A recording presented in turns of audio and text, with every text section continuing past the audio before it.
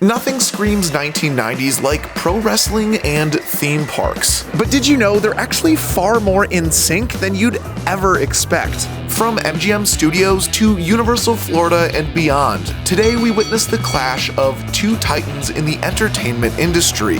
This is the history of pro wrestling and theme parks.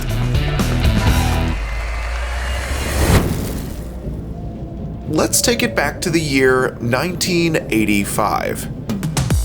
The Walt Disney Company had begun planning their new movie studio-themed park. The then-named MGM Studios Park would not only be a theme park, but an operational TV and movie production studio as well, with nearly half of the park sectioned off as a backlot similar to the backlot at Universal Studios Hollywood, equipped with city streets, a residential street, recreations of sets you would see in disaster movies, warehouses for building sets, costuming, offices for an animation studio, and of course, sound stages. This would all be part of a backlot tour, showing guests a behind-the-scenes look on these hopeful blockbuster hits. The only problem was, Disney themselves didn't have that many live-action movies in production to justify these facilities. Rather than let the sound stages collect dust, Disney would rent out the spaces to other production companies to use. One of the first companies to jump at that offer was none other than World Championship Wrestling, a professional wrestling promotion founded by Ted Turner in 1988, that had quickly become the #2 wrestling company in the United States, just behind the World Wrestling Federation. Between 1988 and 1993, the company was running their television tapings out of auditoriums throughout the southern United States.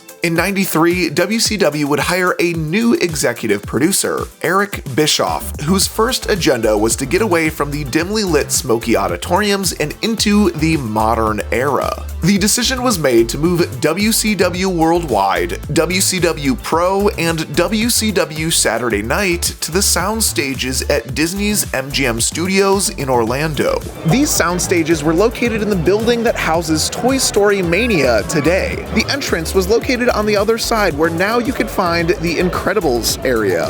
Along with this new location came a new look: bright lights, a rotating platform that sat underneath the ring, and a built-in audience. See, previous to their move to Orlando, WCW would need to fill out every venue for their weekly tapings. Positioning their show in a theme park allowed the company to invite Disney guests to walk right in and see a real-life television production. After all, at the time, with only a small handful of attractions in 1993, MGM Studios was very much a half-day park. Once 4 p.m. rolled around, guests would welcome the opportunity to see a pro wrestling event for free at the end of a theme park day, with recognizable names like Sting, Mick Foley, Chris Jericho, and even stunning Steve Austin getting their start in MGM Studios at Walt Disney World. And these weren't necessarily wrestling fans that were coming to these shows. This was just like another ride at the park that day. They would come in for an hour. They would watch a 1-hour show, and they would take them out of the building, would bring a fresh crowd in. They were just people. They could have been people from all around the world that had never seen a wrestling match. It's during WCW's residency at MGM Studios that another show was being produced in the surrounding sound stages and backlot: Thunder in Paradise. Hulk Hogan is Hurricane Spencer. He's got the guts. He's got the girls. And he's about to lose what he loves the most. You sunk everything you own into that boat. You're in hock over your eyes. Thunder in Paradise was an action-adventure TV show from the creators of Baywatch and followed two ex-Navy SEALs, Randolph Hurricane Spencer and Martin Brew Brubaker, as they fight crime off of the Gulf Coast. The show was primarily filmed at Disney's MGM Studios and the rest of Disney World property. As a Disney fan, I find watching this series so entertaining purely for the fact that you could clearly tell exactly where each of these scenes was filmed, like the Indiana Jones stunt show at MGM Studios, the beach at the Grand Floridian, the Morocco Pavilion, the Japan Pavilion, Living with the Land, and the seas at Epcot. Honestly, this one is probably my favorite simply because Sting, the wrestler, plays the bad guy. Typhoon, Lagoon, and, oh yeah, a casual trip to the Magic Kingdom. For actors or celebrities that visited the park or filmed productions at the former MGM studios, Disney would host the ceremonial handprints in concrete to commemorate their day. And it looks like on November 9th of 1993, during the filming of Thunder in Paradise, Hulk Hogan paid a visit to the sidewalk right here in front of the Chinese theater. And yes, if you were wondering, it is still here today. At this point in time, Hulk Hogan had retired from pro wrestling. He left the WWF in 1993 to pursue a career in acting. I'm not saying it was a failed effort, but Thunder in Paradise was cancelled after 22 episodes. Not all was lost, as the Hulkster would hold meetings with the then WCW champion Ric Flair and newly appointed executive producer Eric Bischoff in between shooting. Lucky for WCW, Ted Turner's checkbook was bigger than Hulk's commitment to wrestling retirement, as in June of 1994, WCW shocked the wrestling world as they held a press conference on the Streets of America backlot area of MGM Studios announcing Hulk Hogan had signed to the company. Today, I stand in the modern-day Galaxy's Edge, Star Wars land here at Hollywood Studios. What was once the bustling streets of New York, Chicago, and San Francisco all at the same time, and played a pivotal role in the history of WCW. In 1993, WCW would utilize this area of the park for character building vignettes for their wrestlers, featuring some pretty cool moments like Ricky Steamboat making his fire-breathing entrance under the Washington Square Arch, and the tag team Public Enemy swimming in the Muppet Vision 3D fountain. This area would also be used as Mean Gene Okerlund would welcome viewers back from commercial breaks. This was also the staging area for the aforementioned press conference announcing Hulk Hogan's signing to WCW in 1994. The event was a sort of homecoming for Hulk to professional wrestling, and to this day stands as probably the biggest signing in the history of the business. With the signing of Hulk Hogan, WCW's stock rose significantly in both TV viewership and ability to sell tickets, launching their new flagship show, WCW Nitro, in 1995 and sending the show back on the road in the process. One little known fact is that the intro for WCW Monday Nitro was actually filmed here at the MGM Studios backlot. Since Disney demolished the backlot in 2017 to make way for Star Wars, you'd expect to not find many remains from the iconic intro. But as a matter of fact, one piece of the backlot was left, this section of buildings on Grand Avenue. The music shop, which can be seen in the far corner of the first shot of the Nitro opening, as well as these two buildings as a trail of flames ignites down the street, with the main show graphic shot in front of what was the entrance to the Honey I Shrunk the Kids play area. While WCW was touring and filming live Nitro on Mondays, MGM Studios would still be used as the frequent filming location of the company's other shows, WCW Saturday Night, Worldwide, and Pro, here at the sound stages. That was until July 8th of 1996 when one of the craziest venues in both wrestling and theme park history was created.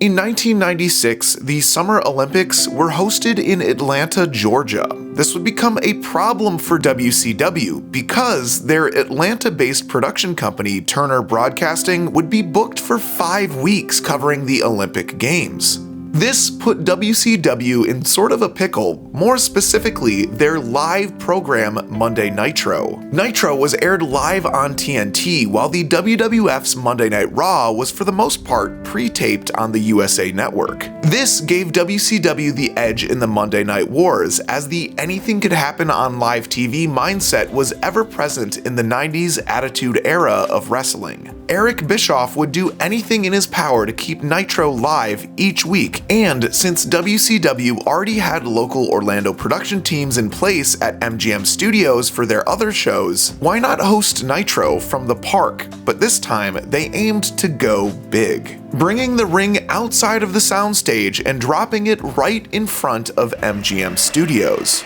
Between July 8th and August 5th of 1996, 450 fans would be treated to these very special episodes of Nitro, with the shimmering letters WCW adorning the MGM Studios sign and the newly opened Tower of Terror looming in the distance. It feels kind of crazy to be saying this, but right here was the location of some extremely pivotal episodes of Monday Nitro. One day following Hulk Hogan revealing himself as the Third Man and unofficially forming the NWO at Bash at the Beach, WCW made their way to Walt Disney World, where we'd catch the first cruiserweight title win for an up-and-coming wrestler by the name of Rey Mysterio, followed by a total NWO takeover of Nitro as Scott Hall and Kevin Nash climbed on top of the ticket booths and covered the WCW sign with bedsheets spelling NWO.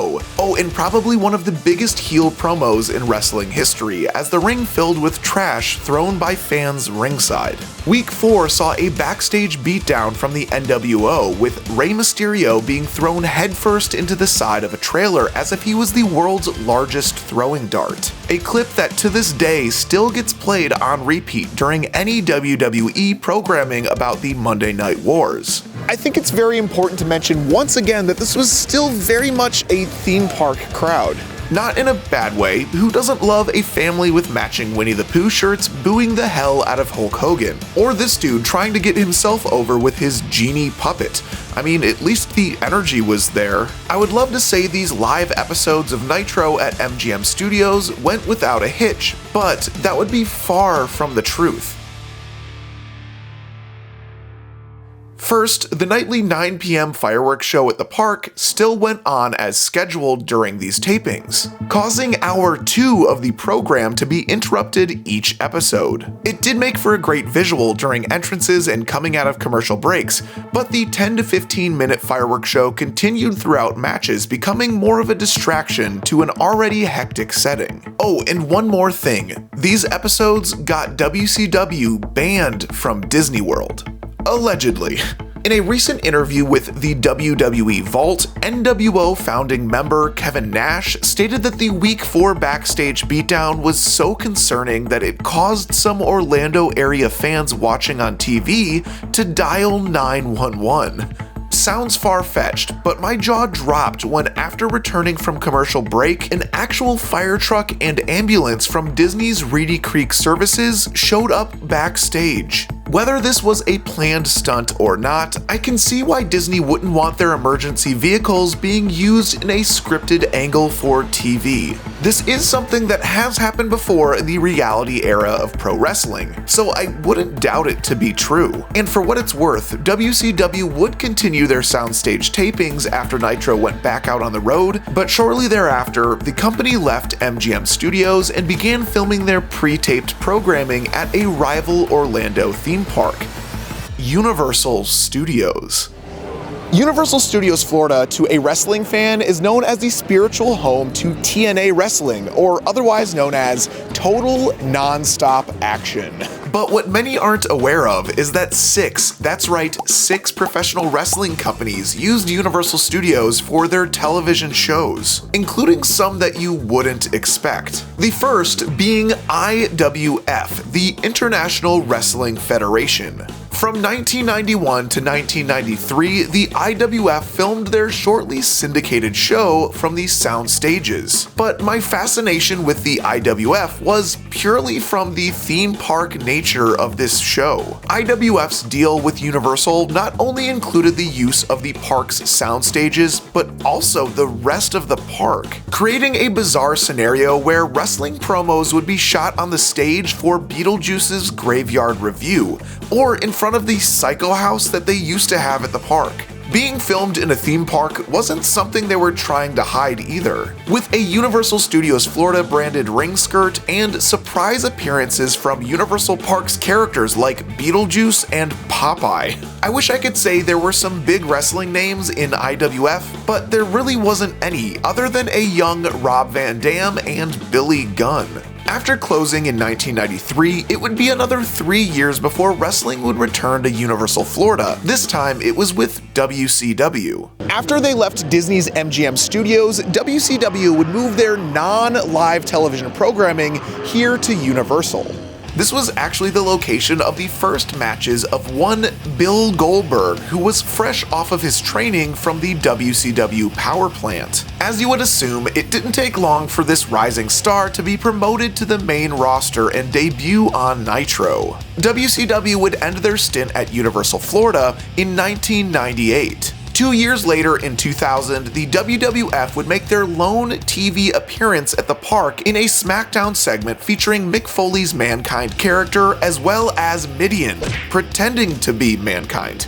This remote segment featured the now-defunct Jaws ride, where the imposter Mankind would seek to prove he wasn't afraid of anything, and failed miserably as he screamed bloody murder the second he caught a glimpse of the first shark. Later in the episode, the real Mankind would show up and brawl with Mideon in front of the also now defunct Back to the Future ride. Not gonna lie, I have no idea why this had to take place at a theme park, but the theme park nerd in me ate this up. Later in that same year at Universal Hollywood, The Undertaker would have a haunted house at Halloween Horror Nights, titled The Undertaker No Mercy. This would be a sort of highlight reel of The Undertaker's career up to that point, featuring some of his iconic moments like the Hell in a Cell match with Mankind, the debut of his brother Kane, and Paul Bearer. I have discussed this haunted house in a previous video covering tons of celebrity cameos in Halloween Horror Nights history, which you can find in the top corner right now, and I'll also link it at the very end of this video. The WWF was never a stranger to themed experiences. At one point, the company tried their hand at a Planet Hollywood hard rock style restaurant and opened WWF New York in 1999. Located just off of Times Square, WWF New York would feature memorabilia spanning the history of the company and was frequently featured during segments on Monday Night Raw, and a few episodes of Sunday Night Heat actually took place here. Although it seems as if the nationwide TV promotion wasn't enough when the restaurant closed in April of 2003. Beating the WWF to the punch was their rival in the Monday Night Wars, WCW, when 7 months prior they opened WCW Nitro Grill in Las Vegas. Located inside of the Excalibur Hotel, the Nitro Grill had a real cardboard cutout vibe to the place, only lasted 1 year, and is now a Dick's last resort. After the WWF changed their name to World Wrestling Entertainment in 2002 because they were sued by the World Wildlife Foundation, yes, that actually happened, the company would super kick their way into the kitsch capital of the world with WWE Niagara Falls, a retail store on the Canada side of the falls that had a drop ride on top of the gift shop called the Pile Driver. A very strange name considering the Pile Driver was a move the company had banned 2 years prior. Why the Mankind and Mideon segment at a theme park was filmed at Universal rather than in front of the Pile Driver at Niagara Falls was probably just because of timing. In 2001, Universal Florida would host XWF, the Excitement Wrestling Federation, a company that formed from the remains of WCW and ECW, which had both closed earlier that year. They filmed a set of shows at Universal Florida, but unfortunately nothing really came of the XWF. And that brings us to TNA Wrestling, in my opinion the most infamous theme park wrestling in history. With an astounding 14-year run, TNA made Universal Orlando their home. Coined as the Impact Zone, TNA would utilize 3 sound stages here at the park for filming. Soundstage 21 from 2004 to 2013, and briefly in 2017, Soundstage 20 from 2014 to 2016, and Soundstage 19 in 2013, and again from 2017 to 2018. Starting in 2004 with the aid of the NWA in a partnership similar to how WCW began, TNA would provide a small-scale alternative to to the lone major company, which was the post-Attitude Era WWE. With an entrance tunnel in the center of the stage, all of the lasers you could ask for, and a 6-sided ring, there was no mistake that this was not the other wrestling company. Like WCW at MGM Studios, most weekly TV tapings were free with your theme park ticket. The Impact Zone would see the likes of popular names formerly from the WWE and WCW, like Sting, Hulk Hogan, Eric Bischoff, Ric Flair, Kurt Angle, Booker T, Jeff Hardy, and Hall of Famer, multi-time world champion Jeff Jarrett. But you probably know him best as being the former neighbor of Taylor Swift. But also some amazing up-and-coming / homegrown talent that would go on to big things in the wrestling world. AJ Styles, Samoa Joe, Abyss, CM Punk, Awesome Kong, Christopher Daniels, Bobby Roode, and many more. During its run at Universal, the Impact Zone would have a very mixed bag of fans attending the shows. There were regulars, for the most part, posting up in the same spots ringside week after week, and the bleachers were often comprised of families that just spent the whole day in a theme park, many of which didn't know what the hell TNA wrestling was. Unlike IWF, it seems like TNA did not have the full rights to shoot whatever they wanted around the theme parks. It's hard to find any instances where this happened, but I did find a clip of TNA original character Shark Boy visiting Islands of Adventure with zero context. So filming in the parks rarely ended up happening. Using the covered area just outside of the sound stages did, with many backstage brawls being a common occurrence. During the few instances I've been back by the soundstage during Halloween Horror Nights, I always try to bring up the fact that, hey, you know, right here is where the infamous TNA riots happened. Don't I do that? Do I do that? Can confirm. He does it all the time. The Impact Zone holds a special place in my heart. TNA provided some solid entertainment and intriguing storylines during a time where the WWE product left much to be desired. Not saying it was all sunshine and rainbows, there were still some pretty bad matches that happened. I was lucky enough to attend one TNA taping on a trip to Universal back in January of 2013. There I am, right there, 17-year-old me in my Botchamania shirt.